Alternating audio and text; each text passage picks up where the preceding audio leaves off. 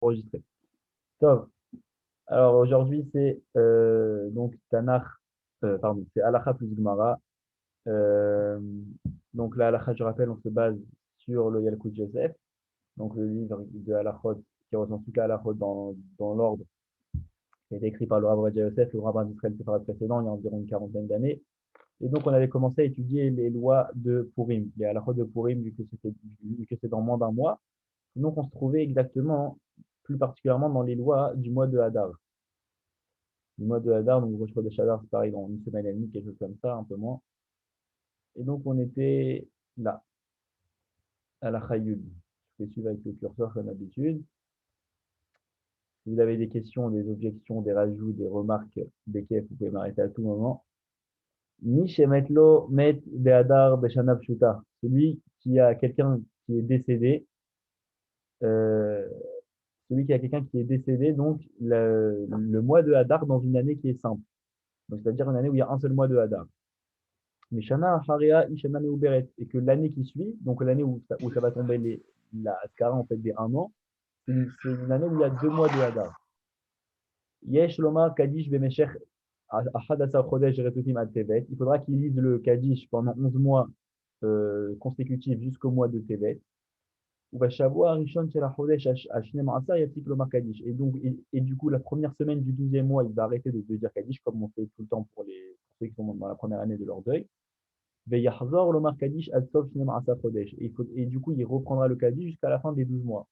Comme on fait pour tous les personnes en deuil, chez Chodesh Shevet, chez Chodesh Shvat.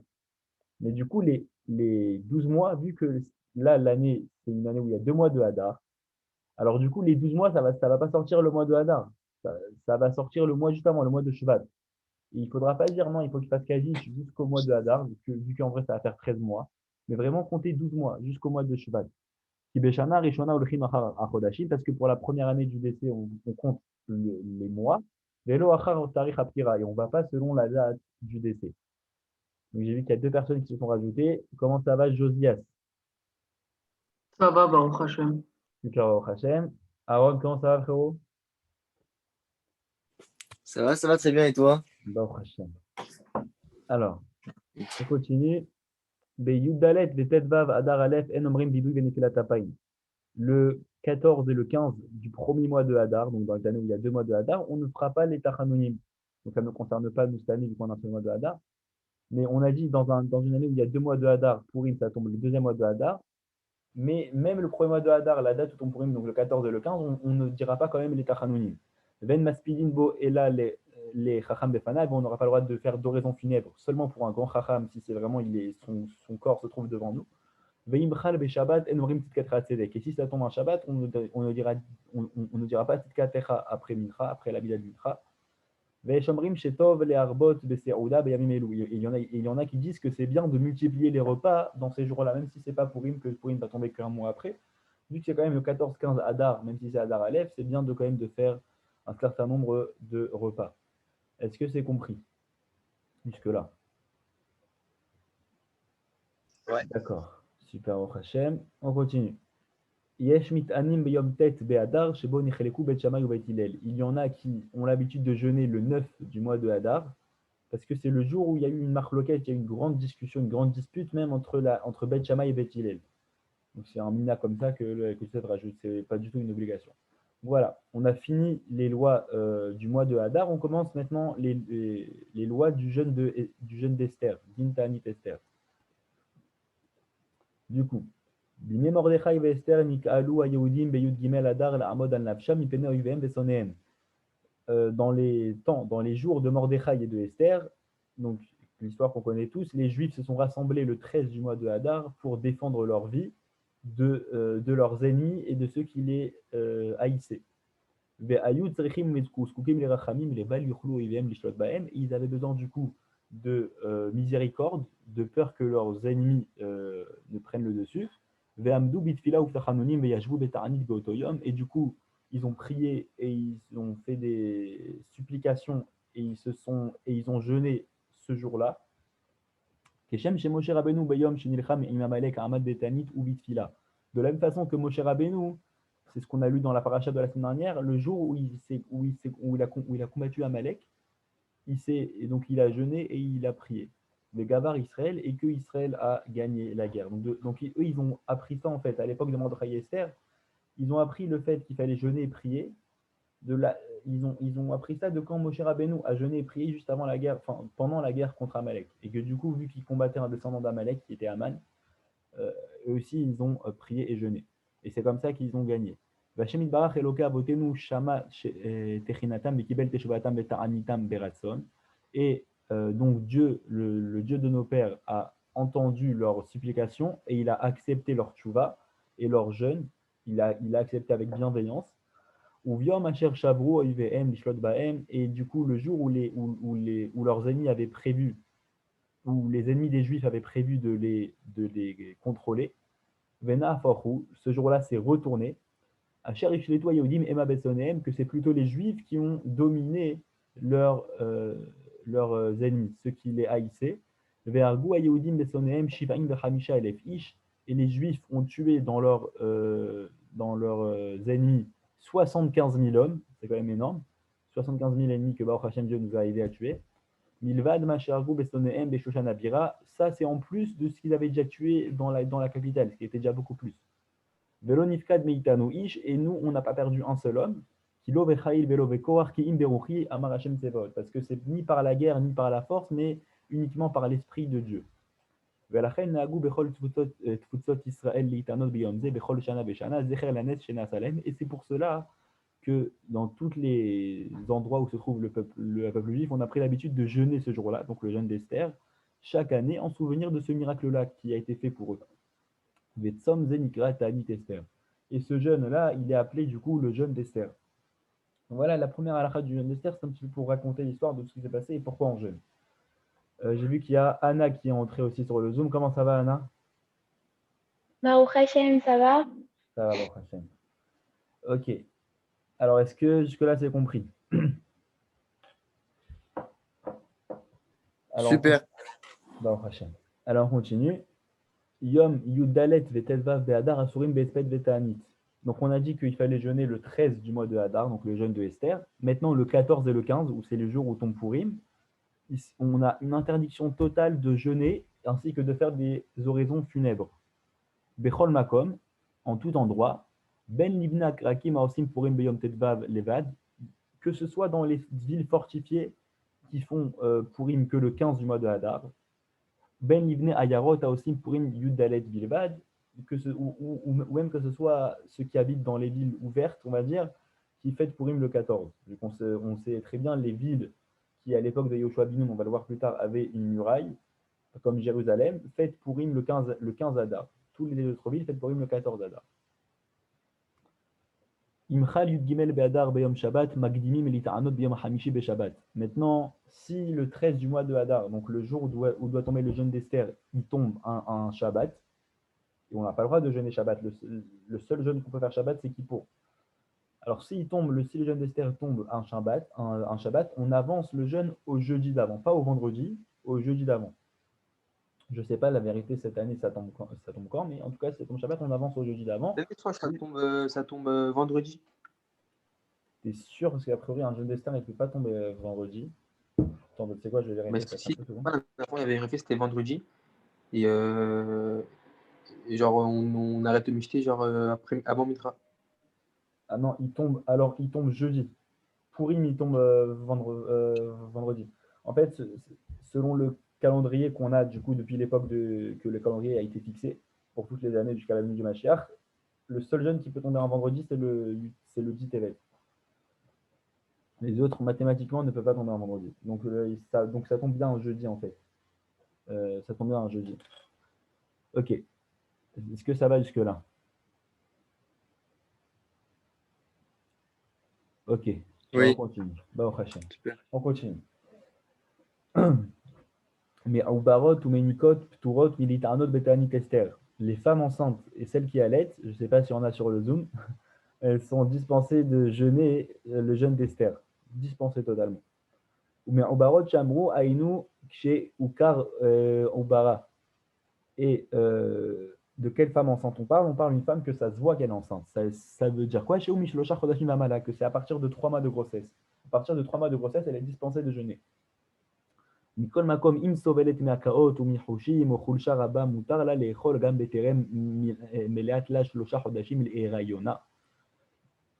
Et de toute façon, si elle souffre de vomissements, de tournis, de grande faiblesse, alors elle a droit de manger même avant 3 mois, même avant d'être arrivée à 3 mois de grossesse. Donc une femme qui n'a pas encore arrivé à 3 mois de grossesse, mais qu'elle est très faible, qu'elle n'arrête pas de vomir, qu'elle se sent mal, alors elle aura droit de manger. Et encore plus, après 40 jours de la fécondation, on peut dire, de la conception de l'enfant. Et de quelle femme qui allait on parle? On a dit que les femmes qui allaient aussi sont dispensées de jeûner. On parle des femmes même qui ont arrêté d'allaiter leurs enfants, enfin leur nouveau-né, quoi, leur fils.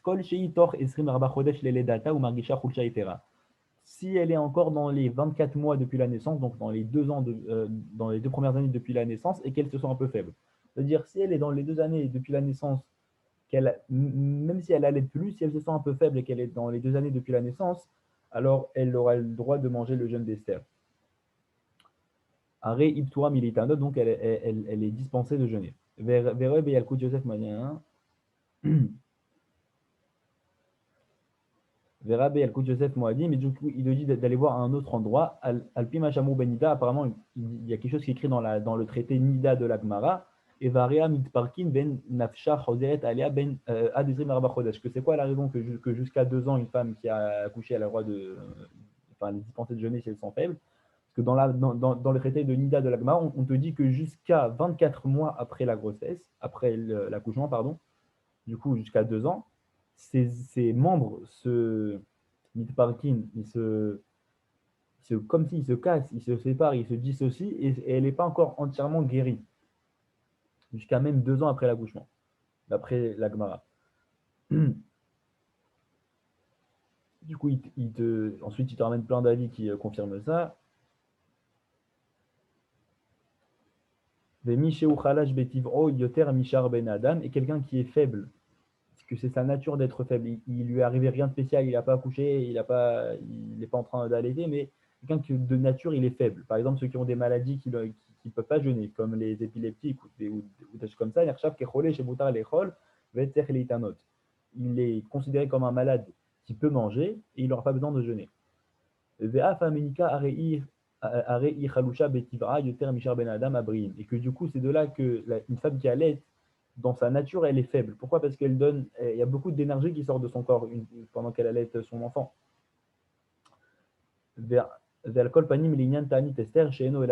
Et c'est pour ça que pour le jeûne d'Esther, qui n'est qu'un minag, en fait, tous les jeûnes qu'on connaît aujourd'hui, c'est des minagim qui ont été pris à une certaine époque. Soit à l'époque de la Gemara, soit à l'époque du coup du deuxième Beth Amikdash, soit un petit peu avant. Vu que c'est un minag, Ayan irait laquelle les ménika torchesrim rabachodesh, c'est pour ça qu'on peut être plus cool avec une femme qui allait quand elle est encore dans les 24 mois depuis la naissance. Afshi ifsika leanik vapora, même si en vrai elle allait plus quoi. Venachon linhog lifi argashat aisha, et c'est juste de faire selon le ressenti de la femme en fait. Chez Imargisha chez Cholalite Anot, que si elle sent qu'elle a la force de jeûner, petite année, qu'elle jeûne, Vim Imargisha Khulsha et Terab, ou Srachoret Toura, et si elle sent une grande faiblesse ou qu'elle a des vertiges, alors elle est dispensée. Vechen Isha, donc Alachahe. Vechen Isha chez Ipila Toura Litanot Torshloshim Yom la Palata. Maintenant, on a parlé des femmes qui ont accouché. Malheureusement, ça arrive des femmes qui font des fausses couches, ou même qui avortent, qui sont obligées d'avorter. Une femme qui a fait une fausse couche, elle est dispensée de jeûner pendant les 30 jours qui ont suivi sa fausse couche. Et si, par le fait qu'elle jeûne, elle sent une grande faiblesse qui lui arrive, même jusqu'au 24e mois, pareil comme une femme qui allait, elle sera dispensée de jeûner. Et du coup, tu n'as pas besoin de dire qu'une femme qui a accouché, elle est dispensée de jeûner dans les 30 premiers jours, qu'on a dit que c'est jusqu'à 24 mois. Et c'est pas juste qu'elle est dispensée, elle n'est pas autorisée à être plus stricte avec elle-même, à prendre sur elle-même le jeûne. Elle n'a pas le droit. C'est-à-dire que jusqu'à 24 mois, une femme qui est enceinte, elle est dispensée de jeûner. Si elle veut jeûner, elle peut. Si elle se sent pas de jeûner, elle est pas obligée de jeûner. Maintenant, dans les 30 premiers jours après l'accouchement, même si elle veut jeûner, c'est une grande sadéquette, elle veut jeûner, elle n'aura pas le droit. Parce que c'est un trop gros danger à prendre. Est-ce que c'est compris jusqu'ici? Pour moi, c'est Ah, OK. bah, au Hachem. Ouais. Ok. Vechen, donc halakha vav. Vechen cholé she'en bo sakana patour mita'anit ze ve'eno racha le'achmir al atzmo. Et aussi un malade qui n'a pas de risque. C'est quoi cholé she'en bo sakana? C'est un malade il est malade, mais il va pas en mourir. C'est-à-dire juste il est malade, quoi. Il n'est pas une maladie mortelle. Donc un malade comme ça qui n'est pas en danger, aussi il est dispensé de faire ce jeûne-là. Et il n'a pas le droit, c'est pas juste qu'il est dispensé, c'est qu'il n'a pas le droit de jeûner ce jour-là. Et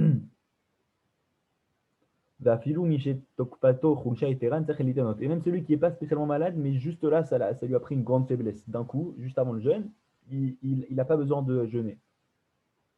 Et même une personne âgée qui a peu de force, il est dispensé de jeûner. Et Noracha, il est tanot. Et même, il a pas le droit de jeûner. Une personne qui a plus, je sais pas, plus de 70 ans et que du coup, elle est très faible. Et c'est un grand sadique qu'il a jeûné toute sa vie. Il dit, j'ai pas envie de rater le jeûne d'Esther, j'ai jamais raté le jeûne d'Esther. Même, il n'a pas le droit de jeûner si vraiment il est faible de par sa vieillesse. Donc, on voit qu'il y a plusieurs cas où on nous dit vraiment, la halakha nous dit, c'est pas que tu es dispensé, c'est que tu n'as pas le droit de le faire. Donc, la halakha se soucie vraiment de la santé avant tout. Va filou micheno et la mystère mike venaim lo itane, et même celui qui a juste mal aux yeux. Donc, je ne sais pas pourquoi il rapporte ce cas-là en particulier, mais celui qui a juste mal aux yeux, il ne faudra pas qu'il jeûne. Pour chez Abri, il fera tarnito. Et que quand il va guérir, il pourra rattraper son jeûne, c'est-à-dire faire un jeûne plus tard. Et là, imken achal alpit kudat rofe shazon sech l'ipua tanit. Sauf si il a mangé de par l'ordonnance d'un médecin, que c'est pas lui seul qui a décidé qu'il était faible et que du coup il a besoin de manger, mais que c'est vraiment un médecin qui lui a donné une instruction de manger, alors là il n'aura même pas besoin de rattraper son jeûne plus tard. Et aussi les femmes enceintes qu'on a dit qu'elles étaient dispensées de jeûner, et les femmes qui allaitent, et les malades qui n'ont pas de danger à jeûner, eux aussi ils seront dispensés déjà de jeûner du coup, et aussi de rattraper leur jeûne plus tard. Ils n'ont pas besoin de refaire un jeûne plus tard pour rattraper. Aval abriim ben anashim ben nashim, mais les personnes en bonne santé, parce que jusqu'à maintenant on dit celui-là il est dispensé, celui-là il est dispensé, celui-là il est dispensé, on peut penser bon bah à quoi ça sert qu'on fait le jeûne. Non, il te dit les personnes qui sont en bonne santé, que ce soit les hommes ou les femmes, lo ifreshu minatibour. Il ne faudra pas qu'ils s'écartent de l'assemblée. Va filou misheba, donc c'est-à-dire qu'il faudra qu'ils jeûnent comme tout le monde. Va filou misheba bederach vekacher alav ata'anit idhak asmo vit'ane. Et même celui qui sera en chemin pendant le jeûne, et que du coup ça sera dur pour lui de jeûner, par exemple quelqu'un qui prend l'avion et qui doit bouger à l'aéroport pour aller le tout ça, c'est plus dur de jeûner, il faudra qu'il se force à jeûner. Donc on voit que la halakha elle est très cool avec les gens qui se sentent un peu faibles, qui sont malades, tout ça, mais si toi, Baruch Hashem, t'es en bonne santé, il n'y a aucune raison que tu ne jeûnes pas. Shechal, donc halakha zain. Shechal yud gimal adar beshabbat vegimu ata'anit lom hamishi. Maintenant, si le 13 adar, du coup, le jour du jeûne d'Esther, ça tombe un Shabbat, qu'on a dit que du coup il faut avancer le jeûne le jeudi, et s'ils ont oublié et du coup ils ont mangé le jeudi qui est censé maintenant être un jour de jeûne, ce sera bien qu'ils jeûnent le lendemain, le vendredi, même si de base on n'avance pas vendredi, on avance que jeudi. Maintenant s'ils ont oublié de jeûner le jeudi, ce sera bien qu'ils jeûnent le vendredi. Voilà, je pense que ça suffit pour la halakha. Est-ce qu'il y a des questions ou est-ce que c'est compris pour tout le monde? Pourquoi on pourrait pas avancer un jeûne un vendredi? Pour ne pas rentrer dans Shabbat en jeûnant. Parce qu'un jeûne, ça sort à la sortie des étoiles. Shabbat, ça rentre 18 minutes avant le coucher de soleil. Donc ça rentre environ plus d'une demi-heure avant la sortie des étoiles. Donc ça veut dire que tu vas rentrer dans un jeûne pendant Shabbat, pendant plus d'une demi-heure, ce qui est problématique, parce que tu n'as pas le droit de jeûner à Shabbat. C'est pour ça que quand un jeûne D'un finit autre côté, on Shabbat... pourrait rentrer dans le Shabbat avec la faim. Quoi? D'un autre côté, ça c'est une occasion pour rentrer dans Shabbat avec la faim et avec. Alors oui, Voilà. il y a une mitzvah d'arriver Shabbat en ayant faim, donc il y a une mitzvah même de ne pas, il y en a qui disent de ne pas manger à partir de midi le vendredi, mais c'est différent parce que tu as déjà mangé le matin. On parle vraiment qu'il n'a pas mangé depuis l'aube, ce qui est différent. C'est vraiment considéré comme un jeûne, c'est totalement assourd de jeûner Shabbat. Du coup, c'est pour ça déjà que quand un jeûne il tombe Shabbat, on va tous les avancer au jeudi, sauf Kippour, que du coup on a le droit de jeûner même si c'est Shabbat. Et le seul jeûne qui peut tomber un vendredi, qui peut tomber de lui-même sans qu'on l'avance, c'est le dit Tevet. Et vu qu'il tombe de lui-même, on ne va pas le bouger. Là, vu qu'on en fait, on l'a, c'est déjà plus la date, vu que c'était censé tomber Shabbat. Donc, vu que déjà on l'avance, bah, au lieu de l'avancer juste à vendredi, on l'avance à jeudi. D'accord. Ouais, c'est bon. Voilà. D'accord, j'ai compris. Donc, je pense qu'on va s'arrêter là pour la halakha, on continuera la prochaine fois et on va passer à la Gemara. Donc, je rappelle la Gemara, donc la Torah orale qui a été transmise oralement du coup par Dieu à Moshe, de Moshe jusqu'à Rabbi Yehuda Anassi, à environ 2000 ans, qui a rédigé la Mishnah. La Torah orale, elle vient compléter la Torah écrite, enfin même pas la compléter, elle vient plutôt l'éclaircir, on va dire. Et du coup, la Gemara, ça va être l'explication de la Mishnah. Les discussions sur la Mishnah, la Gemara, elle a été rédigée un petit peu plus tard, il y a environ 1500 ans, elle a fini d'être rédigée. Donc, elle est en araméen. Donc, ça, c'est une page de Gemara. Ici, c'est le texte de la Gemara, ce qu'il y a au milieu. Et c'est de l'araméen. Donc, on était dans une discussion dans la Gemara. Donc, on parlait toujours de à partir de quand l'heure de la mitzvah du schéma, elle commence. Et donc, je rappelle, on se trouvait. Déjà, je vais le retrouver dans le texte.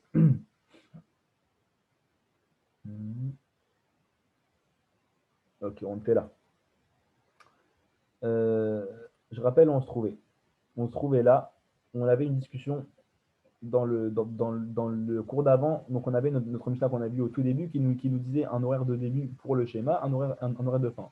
On avait vu que la Gemara nous a amené une première braïta qui contredisait l'heure du début, l'heure de la fin. Ensuite, une deuxième braïta qui contredisait le début.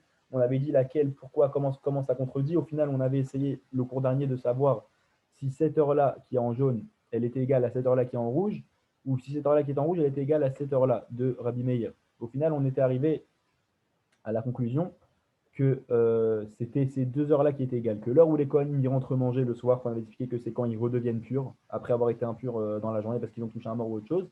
Le soir, il y a une heure où ils ont l'autorisation de retourner manger des choses saintes. On avait dit que cette heure-là, en fait, c'était elle qui était égale à l'heure où le pauvre rentre manger, c'est-à-dire le pauvre, on avait dit qu'il rentrait manger un petit peu avant les autres parce qu'il n'a pas d'argent pour s'acheter des bougies et que du coup, quand il finit, bah, il ne peut pas manger, quoi. Donc on avait dit qu'au final, on avait terminé le cours par cette conclusion de la Gemara qui nous disait que l'heure où les Gohanim rentrent manger, c'est la même heure que l'heure où le pauvre rentre manger. Ok, donc on va continuer dans les mots. Verani vekohen hadshi oraou. Maintenant, la Gemara, elle remet en question ce qu'on a dit. Déjà qu'on avait remis en question 10 fois le cours d'avant, elle va remettre en question notre conclusion de la fin du cours d'avant. Mais est-ce que vraiment le pauvre, donc c'est là, Verani vekohen hadshi oraou, mais est-ce que vraiment le pauvre et le Cohen, c'est à la même heure? Est-ce que ça et ça, c'est vraiment égal? La Gemara, elle pose la question. Elle repose la question sur ça. Urminhu. Et pourquoi elle pose la question? Parce qu'elle va t'amener une braïta. Donc, j'avais expliqué une braïta, c'est un enseignement comme la Mishnah, mais qui n'a pas été rédigé dans la Mishnah pour plusieurs raisons. Urminhu. Et donc là, elle vient te contredire ça avec une braïta. Elle vient te ramener une braïta qui va contredire le fait que l'heure à laquelle le Cohen rentre manger et l'heure à laquelle le pauvre rentre manger, c'est pas la même heure. Donc c'est quoi cette braïta-là? On va la lire déjà dans les mots et ensuite, je vous ai préparé du coup, comme vous avez vu sur la feuille. La braïta, elle dit comme ça. Mais matai matrilin likrot shema ba'aravin. À partir de quand on lit le schéma le soir? Donc elle est claire. Premier avis, donc il va y avoir 4 avis dans cette braïta-là. Premier avis, Misha'a shekidesh ayom be'arve shabbatot. Il dit vrai Rabbi Eliezer. Premier avis, c'est l'avis de Rabbi Eliezer qui te dit c'est à partir de l'heure où le Shabbat rentre en fait. Où le Shabbat rentre le vendredi soir. À partir de l'heure où le Shabbat rentre le vendredi soir, tu as le droit de lire le schéma. Ce qui est assez tôt en fait. Parce que le Shabbat, il rentre 18 minutes avant le coucher de soleil, donc il fait encore bien jour. Ça, c'est le premier avis. C'est l'avis de Rabbi Eliezer. Deuxième avis, c'est l'avis de Rabbi Yoshua. Rabbi Yoshua Omer, Misha'a chez Kohanim metoharim les rôles bitroumatan. À partir de l'heure où les Kohanim ils redeviennent purs pour manger de leur trouma. Donc c'est cette heure-là qu'on parlait pour les Kohanim, ok? On avait dit que c'était à peu près à la sortie des étoiles. Ça c'est l'avis de Rabbi Yoshua. Maintenant encore troisième avis, l'avis de Rabbi Meir. Rabbi Meir Omer, Rabbi Meir il dit Misha'a chez Kohanim tovlin les rôles bitroumatan. À partir de l'heure où les Kohanim ils se trempent pour manger dans leur prélèvement. Donc c'est un petit peu avant. Parce qu'en fait, les Kohanim, ils devaient se tremper vers la fin de la journée et attendre la nuit pour devenir purs pour pouvoir manger. Donc en fait, l'heure à laquelle ils se trempent, c'est un petit peu avant l'heure à laquelle ils mangent. Donc ils se trempent pour se préparer à manger. Donc ça, c'est l'avis de Rabbi Meir. Et Rabbi Meir, il a une objection sur son avis. Amarlo Rabbi Yehuda. Rabbi Yehuda objecte à Rabbi Meir. Et pourtant, on sait très bien que les Kohanim, ils doivent et ils peuvent même se tremper. Ils peuvent même se tremper en plein jour. Quand il fait encore jour, ils doivent juste attendre le soir pour manger, mais ils peuvent encore se tremper quand il fait encore jour. Donc comment tu peux dire que tu peux dire le schéma à partir de cette heure-là, il fait encore jour? Ça, c'est l'objection de Rabbi Yehuda sur l'avis de Rabbi Meir. Cette objection-là, elle va être traitée plus tard dans la Gemara. Je pense que le prochain cours, on va y arriver. Donc ce n'est pas notre sujet maintenant. Le Zoom m'a dit qu'il va se terminer dans 10 minutes, comme d'habitude, donc au pire, je renverrai un lien Zoom. Ok, maintenant, quatrième avis. Rabbi Hamina Omer, Rabbi Hamina il dit Misha'a she'ani nichnas l'echol pato bemelach. À partir de l'heure à laquelle le pauvre rentre manger son pain dans son sel. Donc à partir de l'heure où le pauvre rentre manger. Et enfin, cinquième avis, Rabbi Yachai va me relayer Rabbi Yacha. C'est l'avis de Rabbi Yachai. Et certains disent que c'était l'avis de Rabbi Yacha, de Rav Acha, pardon, c'est Rav, c'est pas Rabbi. Misha'a sherov bene adam nichnasim le'asev. À partir de l'heure où la majorité des personnes rentrent manger leur dîner. Donc on voit qu'on a 5 avis. D'accord? Donc ça, c'est la Braïta 3. On a 5 avis. Premier avis, Rabbi Eliezer nous dit à partir de l'entrée du Shabbat. Donc c'est vraiment le plus tôt, quoi. Deuxième avis, Rabbi Yoshua nous dit c'est à partir de là où les Kohanim rentrent manger. On avait dit c'est environ la sortie des étoiles. Troisième avis, Rabbi Meir, l'heure où les Kohanim se trempent, donc c'est avant qu'ils rentrent manger. Quatrième avis, Rabbi Hanina, l'heure où le pauvre y rentre manger. Cinquième avis, Rav Achaï, qui te dit l'heure où les gens y rentrent manger. Donc les gens y rentrent manger plus tard que les pauvres, parce qu'on avait expliqué que les pauvres rentrent plus tôt pour pouvoir avoir de la lumière. Donc c'est les 5 avis de la Braïta. Maintenant, déjà, est-ce que les 5 avis de la Braïta, ils sont compris? Ok. Oui, Baruch Hashem. Ok. Alors, maintenant, pourquoi la Gemara, elle nous apporte cette Braïta-là? Elle nous apporte cette Braïta-là, on avait dit, pour contredire le fait que l'heure du Kohen et l'heure du pauvre, c'est la même. Maintenant, en quoi cette Braïta-là, elle contredit ça? Maintenant, si toi, tu viens dire que l'heure du pauvre et du Kohen, c'est le même, Rabbi Hanina Aïnou Rabbi Yoshua, ça veut dire qu'en fait, il n'y a pas de marloquette entre Rabbi Yoshua et Rabbi Hanina. Pourquoi? Parce que c'est pour ça que je vous ai mis les couleurs. Rabbi Yoshua, il te dit l'heure où les Kohanim y rentrent manger. Donc c'est celle-là. Rabbi Hanina, il est en rouge, il te dit que c'est l'heure où le pauvre y rentre manger. Donc c'est celle-là. Nous, à la fin du cours précédent, on était resté sur la conclusion que ça, c'est égal à ça, que le jaune, c'est égal au rouge. Alors que là, dans notre braïta, on voit que c'est deux opinions différentes, vu que c'est deux rabbes différents qui l'amènent. Donc ils sont en marloquette, ils sont en discussion. Donc il faut savoir, est-ce que le jaune est égal au rouge, ou est-ce que comme ici, le jaune, c'est différent du rouge? Du coup, c'est ça que elle pose comme question. Elle te dit, si tu dis que l'heure où les Kohanim y rentrent manger et l'heure où le pauvre y rentre manger, c'est les mêmes, alors ça veut dire que l'avis de Rabbi Yoshua et l'avis de Rabbi Hanina, c'est le même. Donc pourquoi tu nous rapportes les deux? Comme si c'était une marloquette, une discussion. Et là, la Gemara, elle te dit du coup non. Shma'mina, shiura de ani lehoud et shiura de choel lehoud. Shma'mina. Elle te dit que du coup, de là, on apprend quoi? Qu'au final, l'heure où les Kohanim y rentrent manger et l'heure où le pauvre y rentre manger, c'est pas le même. Du coup, elle vient te casser toute la conclusion qu'on avait mis 1 heure à avoir au dernier cours, elle vient te la casser en 2 secondes. Au final, En l'heure où une les Kohanim... phrase, c'est génial. Bah oui. Déjà, le cours d'avant, on avait galéré à arriver à cette conclusion. On avait fait une fois oui, une fois non. Et là, on était content, on est arrivé à une conclusion. Et là, la Gemara, en deux secondes, avec une braïta, elle vient te dire que non. Finalement, c'est pas la même chose. L'heure où le Kohen rentre manger et l'heure où le pauvre rentre manger. Elle vient te casser la conclusion de la dernière fois.